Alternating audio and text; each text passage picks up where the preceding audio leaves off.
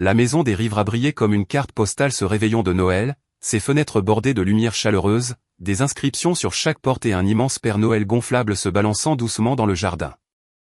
Vanessa sortit de la voiture et resserra son manteau autour d'elle, non pas à cause du froid, l'hiver texan était doux, mais parce que chaque visite ici lui serrait la poitrine d'une manière familière. Daniel marchait à ses côtés, les épaules droites, comme il le faisait toujours sous le toit de sa mère. En approchant de la porte, des éclats de rire, le tintement de la vaisselle et la musique de Noël s'échappaient, lumineux et accueillants, à l'image de la famille qui les attendait à l'intérieur. Patricia Rivera les accueillit la première, avançant dans son pull rouge à sequins, les joues rosies par l'effort plus que par la chaleur. Elle embrassa légèrement Vanessa sur la joue avant de serrer la main de Daniel un peu trop longtemps, comme pour l'ancrer. À l'intérieur, des proches remplissaient le salon, oncles, cousins, amis de la famille, tous discutant autour de tartes aux pacanes, de casseroles de tamales et de plateaux de biscuits faits maison. C'était le type de réunion de Noël du Sud que l'on idéalisait, pleine de charme et de générosité, mais Vanessa connaissait les lignes invisibles tracées dans la pièce, qui parlait en premier, qui obéissait, qui détenait le pouvoir, et Patricia détenait tout. Vanessa resta d'abord près de Daniel, le laissant la guider à travers les salutations et les accolades. Elle tenta de calmer ses nerfs, c'était tout de même le réveillon, une soirée de paix, de célébration, de rassemblement. Elle força un petit sourire en acceptant une tasse de cidre chaud d'un cousin et glissa son téléphone de son sac un instant. Un nouveau message apparaissait, « Joyeux Noël, Vanessa. Merci encore pour ton excellent travail cette semaine. Profite bien des fêtes. » C'était de son patron. Un message rapide, poli, rien de plus. Mais Daniel l'avait vu. Son regard s'aiguisa, une lueur sombre traversant son visage avant qu'il ne force un sourire rigide et se détourne. Vanessa ne réalisa pas qu'il avait mal interprété le message. Elle ne vit pas sa mâchoire se tendre, ni qu'il cessa de converser, ni qu'il passa l'heure suivante à ruminer en silence, rempli de suspicion. La soirée suivit son cours avec les traditions habituelles, petits toasts familiaux, enfants éparpillant du papier d'emballage sur le sol, oncles débattant de football, chants de Noël jouant sur un vieux haut-parleur. Pourtant, l'atmosphère autour de Daniel changea. Ses réponses étaient brèves, ses yeux ne quittaient presque jamais Vanessa. Elle s'approcha de lui à 2 reprises, demandant doucement s'il allait bien, mais il l'écarta chaque fois, la colère bouillonnant juste sous la surface. Lorsque l'horloge du grand-père dans le hall sonna minuit, la pièce se calma en attendant leur toast de Noël habituel. Les verres furent levés, les rires s'adoucirent, et pendant un instant, tout sembla suspendu dans la chaleur et la tradition. Puis Daniel saisit le poignet de Vanessa. Le changement fut si brusque que la pièce sembla vaciller. Vanessa se figea alors qu'il la tirait vers le centre du salon, les conversations disparaissant jusqu'au seul bourdonnement de la musique de Noël. « Dis-leur, dit Daniel, la voix tremblante, non de tristesse mais de fureur contenue trop longtemps. Dis à tout le monde ce que tu fais derrière mon dos. » Vanessa cligna des yeux, confuse. « Daniel, de quoi parles-tu » Il leva son téléphone, le message toujours ouvert à l'écran. « Ceci, ton petit secret, ta liaison. » Des murmures parcoururent la pièce. L'estomac de Vanessa se noua. « C'est mon patron. Il a envoyé un message de vacances, c'est tout. » Patricia s'avança, l'expression acérée et triomphante, comme si elle attendait ce moment. « Si tu n'as rien à cacher, dit-elle, tu ne devrais pas craindre la punition. » Elle fit un discret signe vers Daniel. « Utilise-le, la ceinture. » Un murmure parcourut la famille. Quelqu'un murmura le nom de Vanessa. D'autres détournèrent le regard, mais personne n'intervint. Daniel saisit l'ancienne ceinture en cuir accrochée à un crochet décoratif, un héritage que Patricia appelait symbole de respect et d'ordre familial. Il la tenait maladroitement, presque tremblant, attendant que Vanessa craque et avoue quelque chose qu'elle n'avait pas fait. Le monde se rétrécit autour d'elle. Son souffle se bloqua. Sa peau se refroidit. Elle se tenait seule au centre d'une pièce pleine de gens prêts à assister à son humiliation comme à un spectacle. La ceinture pendait de la main de Daniel. La musique continuait faiblement en arrière-plan. Puis, lentement, Vanessa plongea la main dans son sac. Son visage se vida d'émotion, calme d'une manière glaçante pour la pièce. Elle sortit une petite clé USB. Toute la famille Rivera tomba silencieuse. Vanessa ne prononça pas un mot. Le silence autour d'elle était si dense qu'il semblait que l'air s'était solidifié. Elle s'éloigna de Daniel, du cercle des proches la regardant comme si elle était déjà coupable, et se dirigea vers le grand écran plat au-dessus de la cheminée. Ses talons claquaient doucement sur le parquet. Chaque pas était mesuré, calme, délibéré, perturbant tous ceux qui la regardaient. Quelqu'un ricana derrière elle. Elle va chercher des excuses maintenant, murmura un cousin de Daniel. Un autre ajouta à voix basse, toujours si dramatique. Vanessa ne réagit pas. Elle ne se retourna pas. Elle ne trembla pas. Elle atteignit le meuble TV, s'agenouilla brièvement et inséra la clé USB dans le port latéral. La petite lumière bleue s'alluma. Quelques proches rirent nerveusement. Vraiment? Une présentation? Sa main reposait sur son bras, la sienne glissa le long de sa taille. Ils se penchaient l'un vers l'autre, trop près, trop à l'aise, bien au-delà de l'innocence. Puis il embrassa son cou, lentement et familièrement, et Patricia répondit comme si elle l'avait déjà fait de nombreuses fois. Une femme au fond hurla. Le verre de vin de Lorraine glissa de sa main et se brisa sur le sol. La poigne de Daniel se relâcha et la ceinture tomba lourdement sur le parquet. Vanessa resta immobile, observant la famille autour d'elle plutôt que l'écran. Elle n'avait pas besoin de regarder, elle avait vu ces vidéos trop de fois en décidant de les montrer. Le choc qu'elle voyait maintenant reflétait le sien des semaines plus tôt. À l'écran, Patricia s'agenouillait sur les genoux de Michael, riant sans souffle, ses mains glissant dans ses cheveux. L'angle de la caméra changea légèrement alors que les deux s'enfonçaient davantage dans le canapé. C'était intime, évident, indiscutable. Non, non, ce n'est pas. C'est monté. Patricia hurla soudain, la voix brisée, en trébuchant vers l'avant. Quelqu'un a manipulé ça. Vanessa, menteuse. Méchante fille. C'est faux. Mais la pièce n'écoutait pas. Michael réapparut dans le clip suivant, torse nu cette fois, embrassant Patricia avec une fin qui fit détourner plusieurs proches par dégoût. L'horodatage montrait clairement plusieurs jours différents, plusieurs visites, plusieurs trahisons. Ça ne peut pas arriver, murmura Lorraine, s'agenouillant tandis que sa belle-sœur lui tendait la main. Elle la repoussa, les yeux rivés à l'écran avec horreur. C'est mon mari. C'est mon mari avec ma. Sa voix se brisa, et elle couvrit sa bouche pour étouffer les sanglots qui la traversaient. Patricia s'effondrait, le mascara coulant sur ses joues, les mains tremblantes. Éteins-le. Éteins-le tout de suite. Daniel, arrête-la. Elle détruit notre famille. Daniel ne bougea pas. Son visage était pâle, les yeux écarquillés, la bouche légèrement ouverte comme s'il ne pouvait plus respirer. Il fixait la télévision comme s'il voyait sa mère pour la première fois de sa vie. Toute la colère justifiée qu'il avait ressentie quelques minutes plus tôt s'effondra en confusion et honte. La pièce explosa. Les voix se chevauchèrent, cris, accusations, sanglots étouffés. Les enfants furent retirés. Les oncles débattaient sur quoi faire. Tante Sophia s'évanouit sur le canapé. Quelqu'un saisit le pasteur Raymond pour qu'il intervienne. Un autre demanda pourquoi Daniel avait jamais cru Vanessa. Le chaos engloutit la maison des riverains, et au centre, Vanessa restait immobile, le visage impassible, tandis que la vérité qu'elle portait seule déchirait enfin la famille. Quelques semaines avant le réveillon, avant les cris, la clé USB et les illusions brisées, les souvenirs étaient plus silencieux, de fins fils de malaise que Vanessa repoussait. Ils revenaient maintenant avec une clarté aiguë, chaque pièce s'emboîtant comme un puzzle formant une image qu'elle aurait voulu ne jamais voir. Cela avait commencé subtilement, Patricia avait toujours été attentive à Michael, son gendre. Mais ces derniers temps, il y avait une douceur dans son ton chaque fois qu'elle s'adressait à lui, une chaleur qui semblait déplacée. Vanessa se souvenait d'un dimanche après-midi où la famille s'était réunie pour le déjeuner. Tous étaient assis autour de la longue table, se passant des plats de légumes rôtis et de pain de maïs. Patricia posa une assiette devant Michael avec un sourire plus tendre que tout ce qu'elle avait jamais offert à Vanessa. « J'ai refait ton plat préféré », dit-elle presque timidement. Michael sourit en tapotant le bord de l'assiette. « Tu me gâtes toujours, Patricia. » Le commentaire aurait dû être anodin, mais la façon dont ils échangèrent ce regard prolongé, un petit moment secret que personne d'autre ne semblait remarquer, fit passer un bref frisson d'inconfort à Vanessa. Elle essaya de l'ignorer.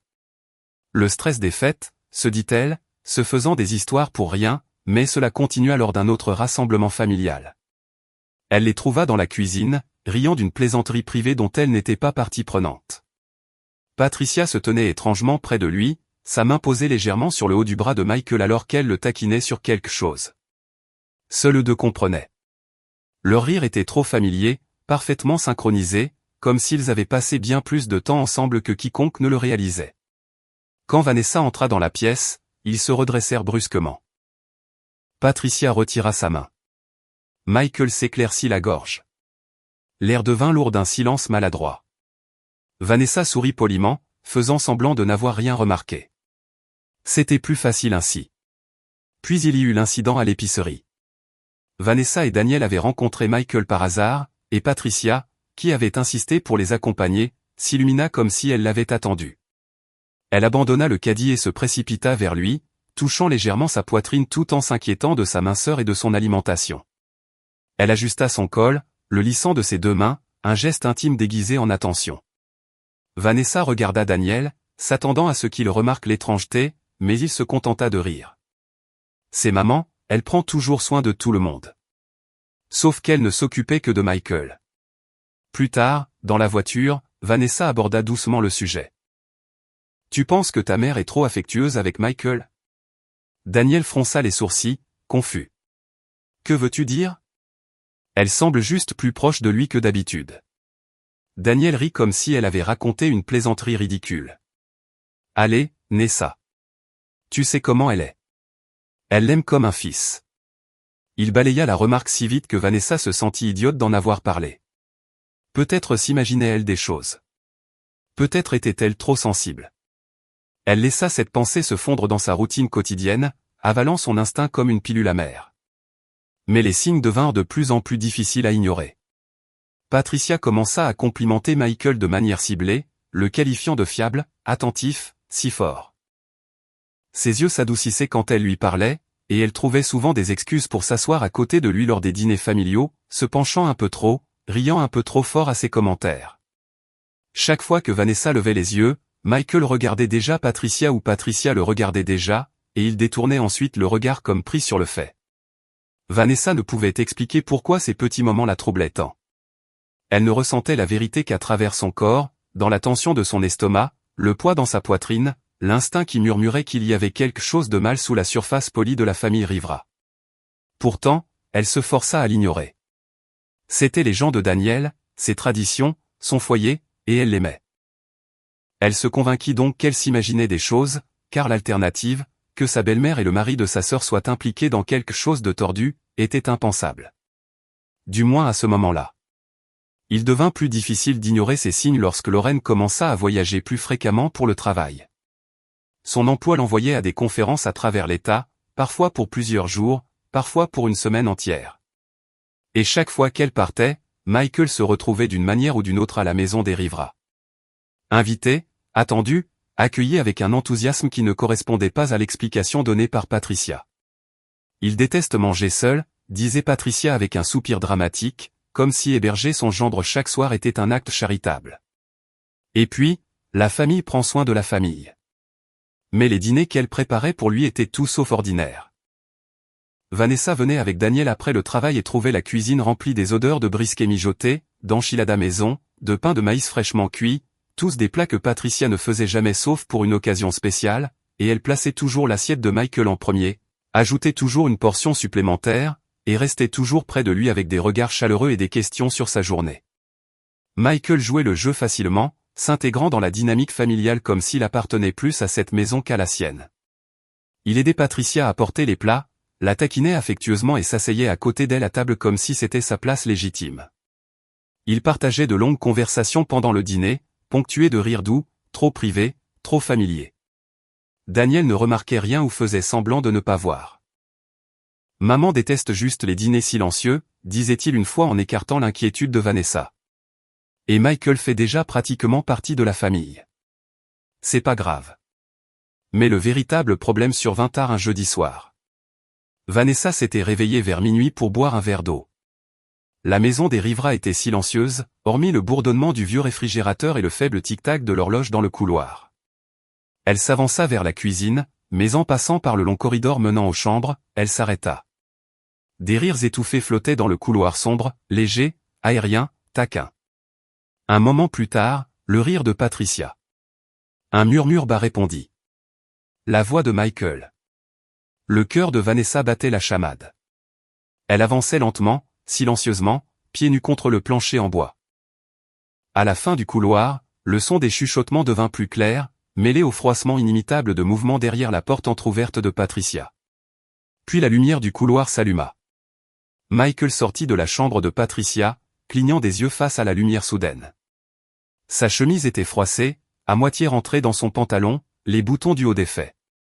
Il se figea en voyant Vanessa à quelques pas. Ils se regardèrent trop longtemps. « Oh » dit-il enfin en s'éclaircissant la gorge. « Je parlais juste de quelque chose avec Patricia. » Il ne termina pas sa phrase. Sa voix trembla avant que Vanessa ne puisse parler. Patricia sortit précipitamment derrière lui, son peignoir noué à la hâte autour de la taille, ses cheveux légèrement humides, ses joues plus remplies qu'elle ne l'avait jamais vues, même pendant les rassemblements de fête les plus chargés. « Vanessa » dit Patricia avec un sourire fragile. « Que fais-tu debout, ma chère ? » Je n'arrivais pas à dormir, alors j'ai demandé à Michael de m'aider à réparer un tiroir qui grince. Rien de grave. Un tiroir qui grince à minuit dans sa chambre. Vanessa fixa les deux. La tension dans l'air était épaisse, maladroite et tellement manifestement incorrecte que sa respiration resta bloquée dans sa gorge. Michael ajusta son col, évitant son regard. Les mains de Patricia tremblaient en resserrant le nœud de son peignoir. Pendant un long instant, aucun d'eux ne bougea. Vanessa acquiesça de force, se détourna et retourna dans la chambre d'amis, le cœur battant d'un rythme affreux. Elle ne dormit pas cette nuit-là. Elle resta éveillée, revivant la scène, les rires, les chuchotements, la porte de la chambre, la chemise froissée. Tandis que l'angoisse s'enroulait autour de sa colonne vertébrale, son instinct ne murmurait plus. Il criait. Quelque chose n'allait pas profondément et dangereusement. L'anniversaire de Patricia avait toujours été un événement, l'une de ces traditions rivera méticuleusement planifiée où chaque détail était orchestré selon ses goûts. Cette année-là, ce fut pareil. La salle à manger était décorée de guirlandes dorées scintillantes, de centres de table floraux et d'un gâteau si extravagant qu'il semblait plus adapté à un mariage qu'à un rassemblement familial. Les proches remplissaient la maison, leurs voix se chevauchant dans un bourdonnement chaleureux de célébration. Vanessa tenta de suivre l'énergie, bien qu'une tension la tiraillait au fond de son esprit. Elle et Daniel avaient choisi le cadeau de Patricia avec soin, une délicate broche de perles qu'ils avaient mis des semaines à trouver, quelque chose d'élégant et de significatif. Lorsque le moment arriva pour Patricia de l'ouvrir, Vanessa la regarda attentivement, espérant ne serait-ce qu'un éclair de gratitude.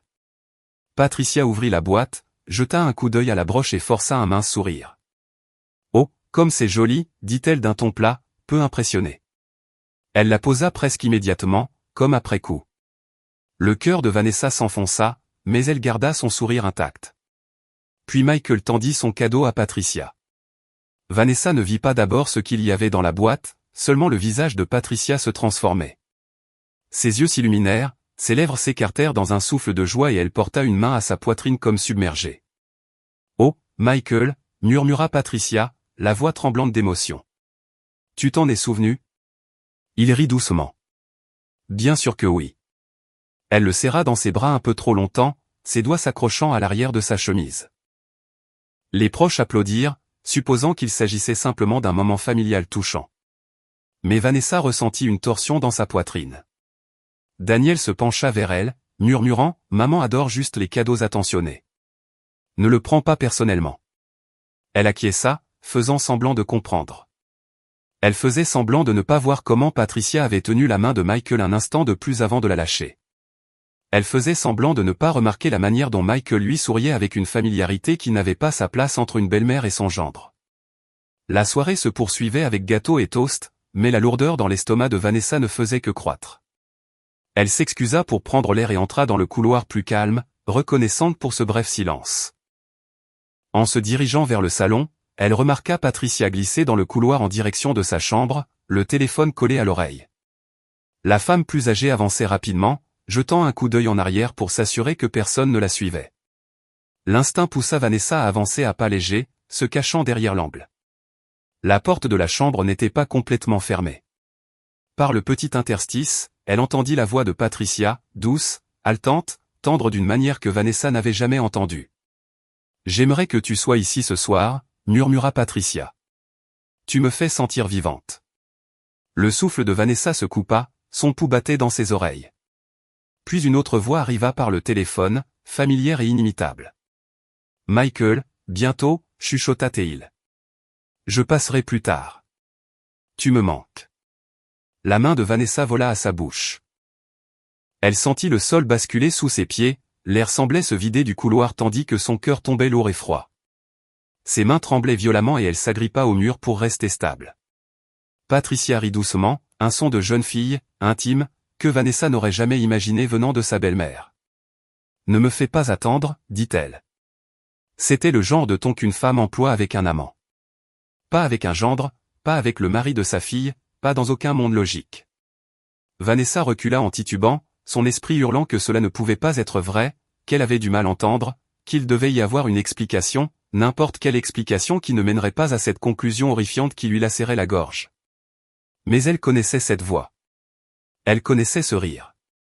Et elle savait la vérité dans ses os. Le déni auquel elle s'était accrochée pendant des semaines se fissura, répandant l'angoisse dans chaque recoin de sa poitrine. Quelque chose n'allait pas. Quelque chose était brisé. Et quelque chose était sur le point de se briser irréparablement. Vanessa ne prit pas sa décision à la légère. Ce n'était pas impulsif. Et ce n'était pas motivé par la jalousie. Cela venait de quelque chose de plus profond, un instinct qu'elle ne pouvait plus ignorer, un serrement dans sa poitrine qui refusait de la laisser dormir, et l'écho des mots chuchotés de Patricia qui la hantait jour et nuit. Ainsi, la semaine suivante, pendant sa pause déjeuner, Vanessa se rendit dans un magasin d'électronique à l'autre bout de la ville, là où personne dans le cercle des riverains ne penserait à aller. Elle passa devant des allées d'ordinateurs portables et de téléviseurs jusqu'à atteindre un présentoir de dispositifs de sécurité domestique. Ses mains tremblaient légèrement en prenant une petite caméra discrète avec vision nocturne et alerte de mouvement. Elle ressemblait à un chargeur de téléphone, innocente, banale, quelque chose que personne ne remettrait en question. Elle paya en espèces avec de l'argent qu'elle avait mis de côté discrètement pendant l'année écoulée. À l'origine prévue pour une escapade le week-end avec Daniel, quelque chose pour se reconnecter, se reconstruire, cela semblait maintenant être son seul fil de vie vers la vérité. Ce week-end-là, la maison des riverains se vida pour une baby shower d'un cousin. Daniel insista sur le fait qu'il n'avait pas besoin de rester toute la journée, mais Patricia l'avait pris à part avec un chuchotement cinglant sur les responsabilités familiales, et il céda finalement. Vanessa fit semblant de devoir finir du travail au bureau avant de les rejoindre. Daniel l'embrassa sur la joue et lui rappela de ne pas trop tarder. Quand la dernière voiture partit et que la maison tomba enfin silencieuse, Vanessa entra avec la petite caméra glissée dans son sac. Son pouls battait, mais ses mouvements étaient sûrs. Elle se dirigea vers le salon, là où la plupart des moments étrangement intimes s'étaient déroulés, et chercha une prise près de la table d'appoint. Parfait. Elle se fondrait parfaitement. Elle la branchait, attendit que la petite lumière clignote 2 fois, puis la synchronisa avec une application sécurisée sur son téléphone. L'objectif était à peine visible. Personne ne se douterait de rien. En regardant autour du salon vide, le poids de ce qu'elle faisait, espionner sa propre famille, installer une surveillance chez sa belle-mère, la fit se sentir malade.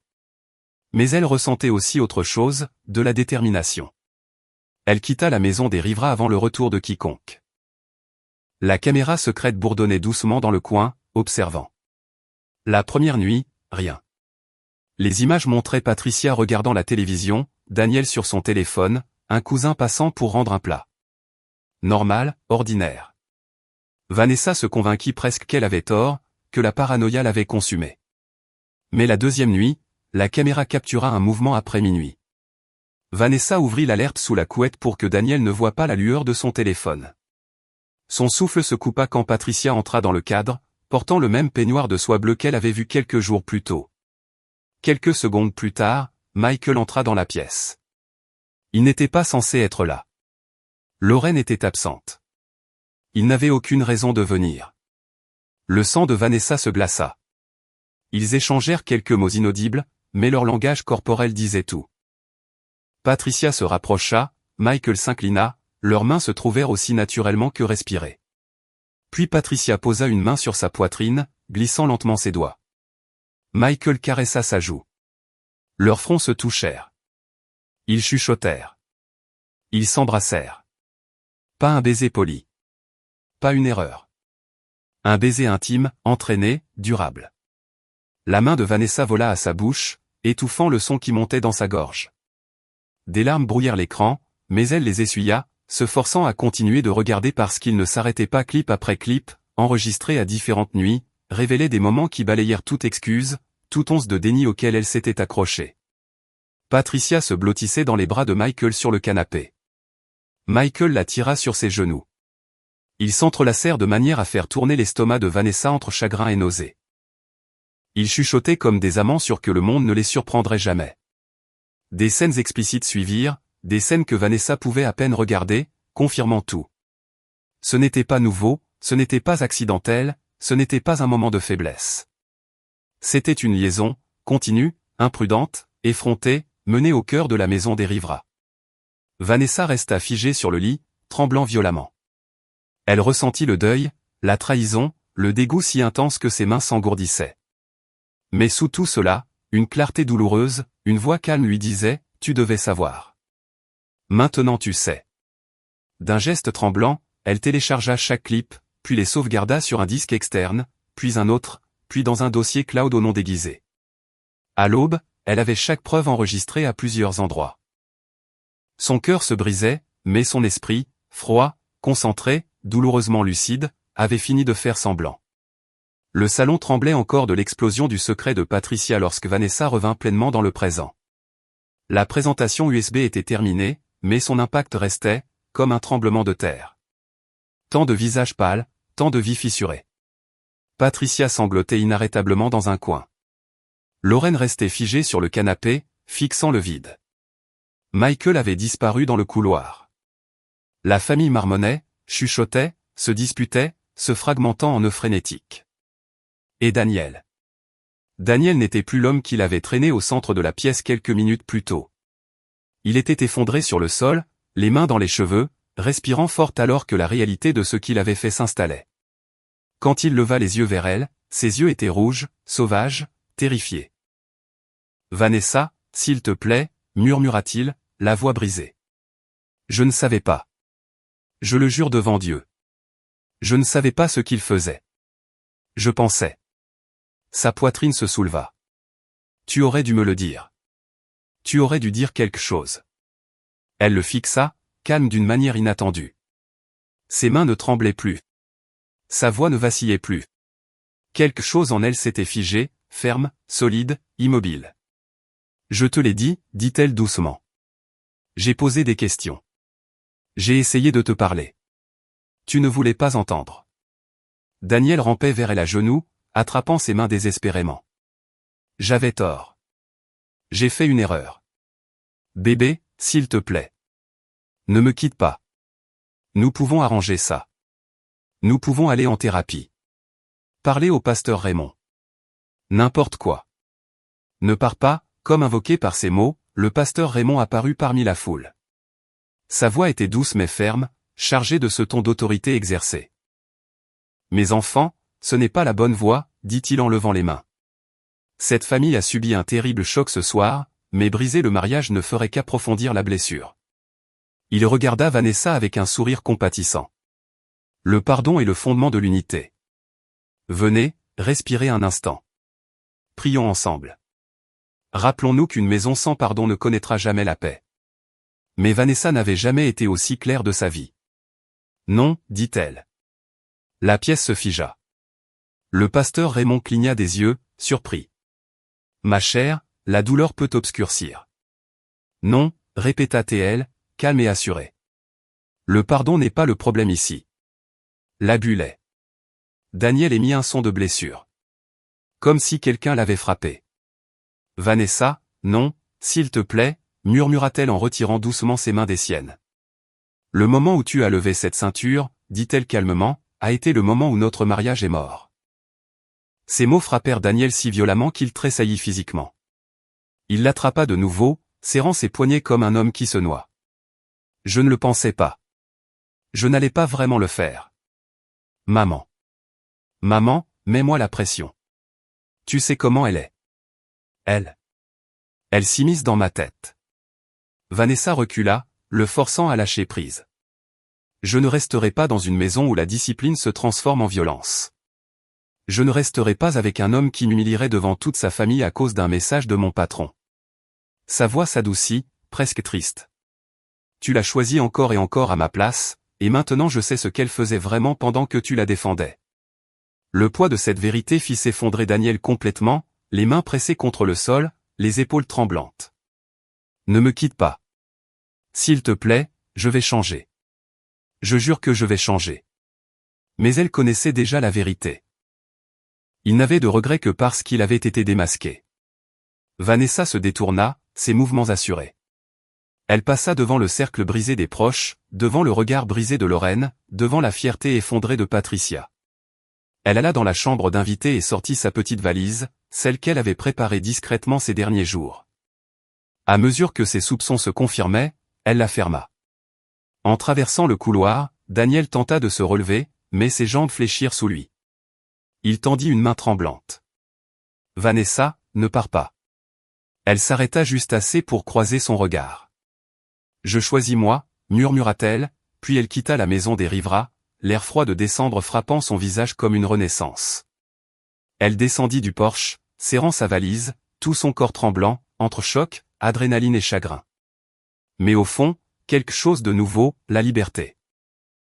Pour la première fois depuis des mois, peut-être des années, elle pouvait respirer. Elle continua à marcher. Vanessa avait toujours imaginé le divorce comme un processus lent et compliqué, traînant pendant des mois ou des années avec d'interminables disputes et procédures judiciaires. Mais lorsqu'elle s'assit face à l'avocate Melissa Carter 2 jours après avoir quitté la maison des Rivera, la réalité était étonnamment simple. Melissa regarda les images enregistrées sans cligner des yeux, prit des notes calmement, professionnellement, mais la tension de sa mâchoire en disait long. Cela, dit Melissa en fermant son ordinateur portable, n'est pas seulement de l'adultère. C'est un comportement prolongé, délibéré et humiliant dans le foyer conjugal. Selon la loi texane, cela vous donne un levier considérable. Vanessa hocha la tête, les mains serrées sur ses genoux. Nous procéderons pour cruauté et divorce pour faute, continua Melissa. Étant donné ce que votre mari a tenté de faire avec cette ceinture, associée à ces preuves, nous pouvons plaider pour une répartition inégale en votre faveur. Vanessa ne voulait pas de vengeance. Elle ne voulait pas détruire Daniel. Elle ne voulait que la justice après des années de manipulation et de mépris. Elle voulait la clôture, la sécurité, la liberté. La vidéo laissait à Daniel aucun moyen de se défendre. Lorsqu'il reçut les documents, il n'essaya même pas. L'humiliation de la veille de Noël l'avait déjà brisé. Au moment de la médiation, il était affaissé dans sa chaise, répondant par des excuses creuses et des mains tremblantes. L'affaire de Patricia avait explosé leur famille de l'intérieur, et Daniel n'avait plus ni l'énergie ni la fierté pour résister. Le règlement fut finalisé en moins de 6 semaines, exceptionnellement rapide pour un divorce au Texas. Vanessa reçut sa part des biens, la moitié du compte épargne, sa voiture et une pension alimentaire modeste mais significative. Melissa parla d'une victoire nette. Daniel ne discuta pas, signa chaque document la tête baissée. Pendant ce temps, la famille Rivera s'effondra comme une structure rongée de l'intérieur. Lorraine quitta Michael en quelques jours, sans hurler ni rien jeter, arrivant simplement à leur appartement avec une valise vide et annonçant que c'était fini. Michael supplia, nia, puis jura avoir été manipulé par Patricia. Mais les images, ses chuchotements, ses gestes, ne laissaient aucune excuse. Lorraine emménagea chez une amie, bloqua le numéro de Michael et dit à ses frères et sœurs qu'elle ne voulait voir personne pour un moment. Michael ne réagit pas bien, sombrant dans une spirale inquiétante qui effraya même sa famille élargie, d'abord l'alcool, lourd et imprudent, provoquant 2 appels à la police en une semaine, puis les bagarres de bar, puis le DUI. La dernière nouvelle, une rééducation imposée par le tribunal et la possibilité de prison. Il avait perdu sa femme, sa réputation, sa stabilité, tout ce qui soutenait l'illusion qu'il avait portée. Mais l'effondrement de Patricia fut pire. La matriarche puissante et autoritaire de la famille Rivera ne tomba pas simplement, elle se brisa.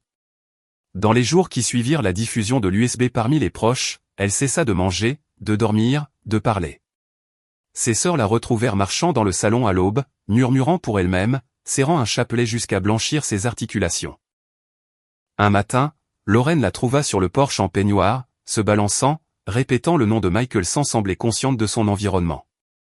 En une semaine, le pasteur Raymond et Daniel firent évaluer Patricia. Les cliniciens recommandèrent une hospitalisation. Le diagnostic, rupture psychologique due au stress avec dissociation. Elle fut admise dans un établissement de santé comportementale en périphérie de Houston, un lieu calme entouré d'arbres, Daniel devenant son unique soignant. Il la visitait chaque jour, passant des heures dans la salle d'attente stérile tandis qu'elle dérivait entre confusion et désespoir, prenant en charge ses factures, médicaments, assurances, tout. Voir sa mère se désintégrer sous le poids de sa propre trahison brisa quelque chose en lui, il cessa de se raser, de sortir, perdit du poids, du sommeil, chaque once de son arrogance d'autrefois. Les proches murmuraient que la culpabilité le rongeait. Il se sentait responsable de tout.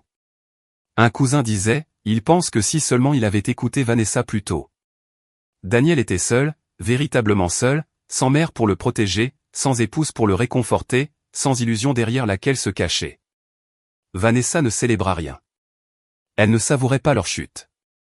Elle observa simplement, à distance, reconnaissant que la justice ne rugit pas toujours, parfois elle se déroule simplement, silencieuse, inévitable, irréversible. Vanessa choisit un petit appartement à la lisière de Sugarland, un endroit calme donnant sur une rangée de pacaniers et un sentier étroit baigné de lumière matinale. Pas grand, pas luxueux, mais à elle. Chaque mètre carré gagné par la douleur, la vérité et le courage de partir. La première nuit, entourée de cartons fermés et du bourdonnement de la climatisation inconnue, elle réalisa qu'elle n'avait pas peur. Le silence n'était pas douloureux, il apaisait. Elle passa la première semaine à reconstruire les petites routines de sa vie morceau par morceau, réarrangeant les armoires de cuisine, achetant de nouveaux draps gris doux, des rideaux pâles laissant entrer le soleil. Elle créa un rituel matinal, faire le café, ouvrir la porte du balcon, laisser la chaleur texane entrer. Certains matins, ses mains tremblaient encore, les échos de la veille de Noël revenant, mais ces tremblements s'estompaient à chaque lever de soleil.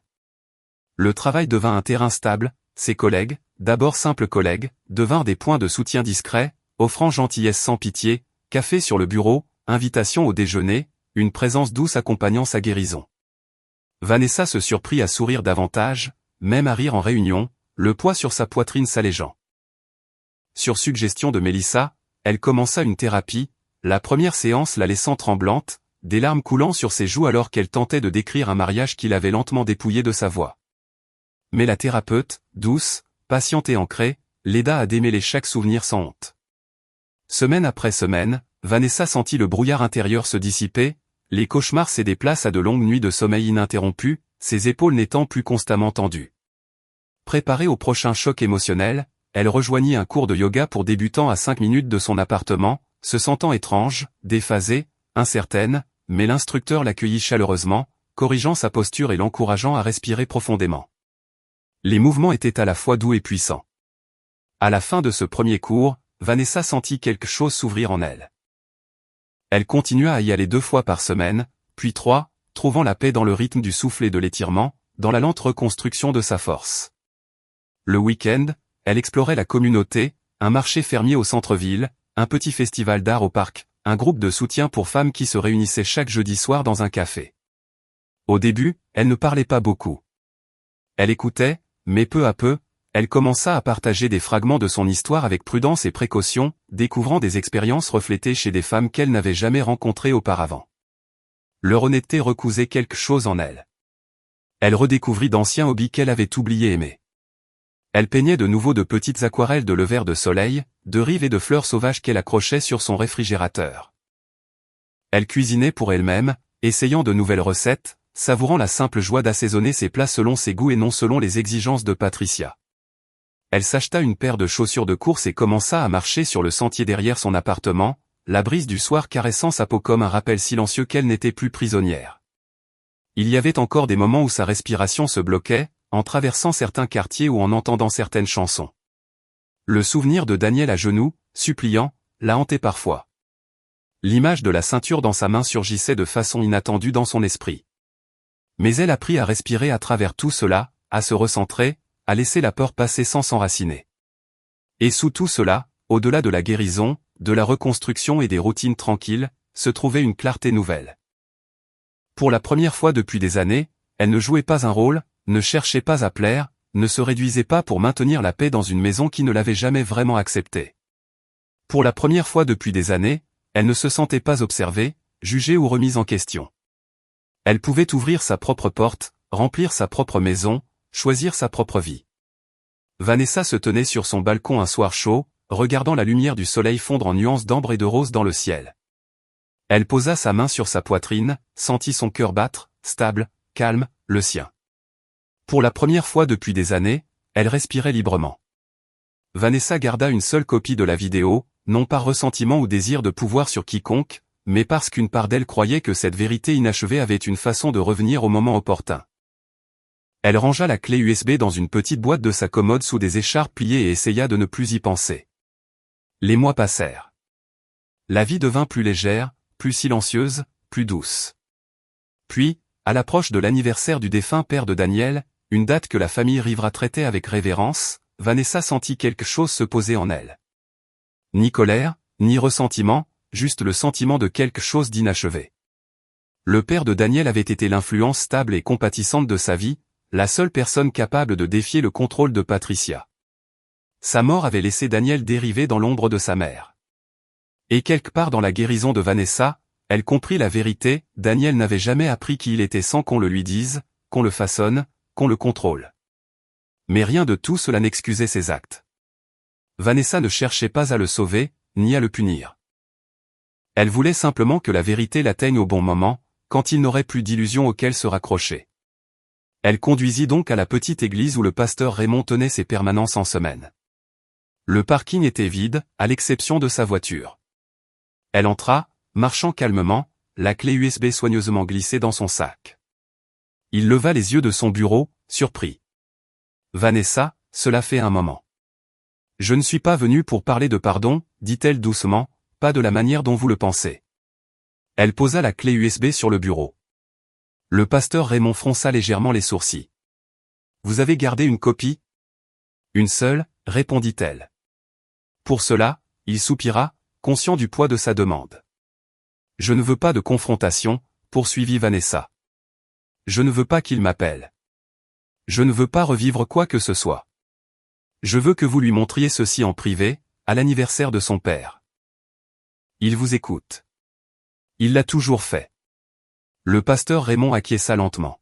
« Vous pensez que cela l'aidera à guérir ? » ?»« Je pense, » dit Vanessa, « que cela lui fera enfin voir. » Elle sortit sans se retourner, sans triomphe ni peur, juste une étrange résolution silencieuse.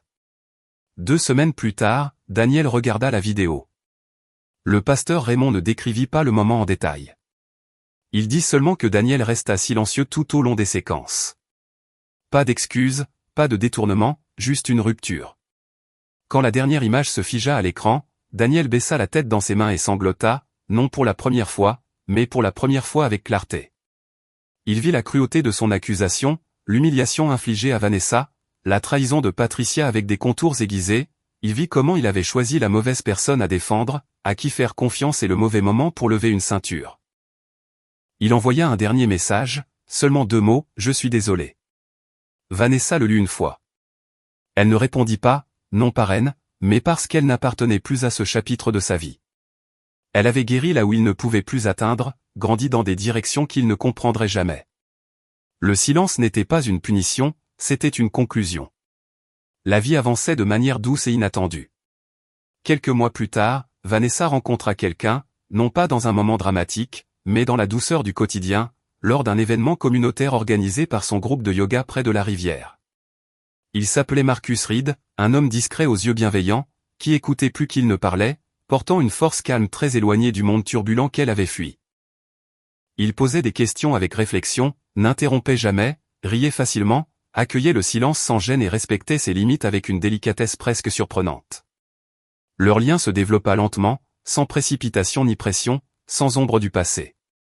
Ils cuisinaient ensemble le week-end, se promenaient sur le sentier près de son appartement, assistaient à des concerts locaux et à de petites foires artistiques. Leur relation s'épanouissait doucement, comme quelque chose destiné à durer. Marcus n'a jamais essayé de combler les anciennes blessures, il offrait simplement un espace où une nouvelle vie pouvait croître. Et Vanessa se laissa grandir. Un soir d'été chaud, elle se tint à nouveau sur son petit balcon, regardant le soleil se coucher derrière les pacaniers qui étaient devenus ses compagnons silencieux. La brise caressait sa peau, portant l'odeur douce de l'herbe coupée et d'un barbecue lointain. Elle se pencha sur la rambarde, bras relâchés, cœur stable. Elle était libre, non parce qu'elle avait échappé à quelque chose de sombre, mais parce qu'elle avait repris quelque chose de lumineux, sa propre vie, sa propre voie, son propre avenir. Vanessa ferma les yeux, laissant la paix s'installer dans ses os. L'histoire qui avait défini sa douleur avait enfin trouvé sa fin, et elle vivait le commencement de tout ce qui suivrait.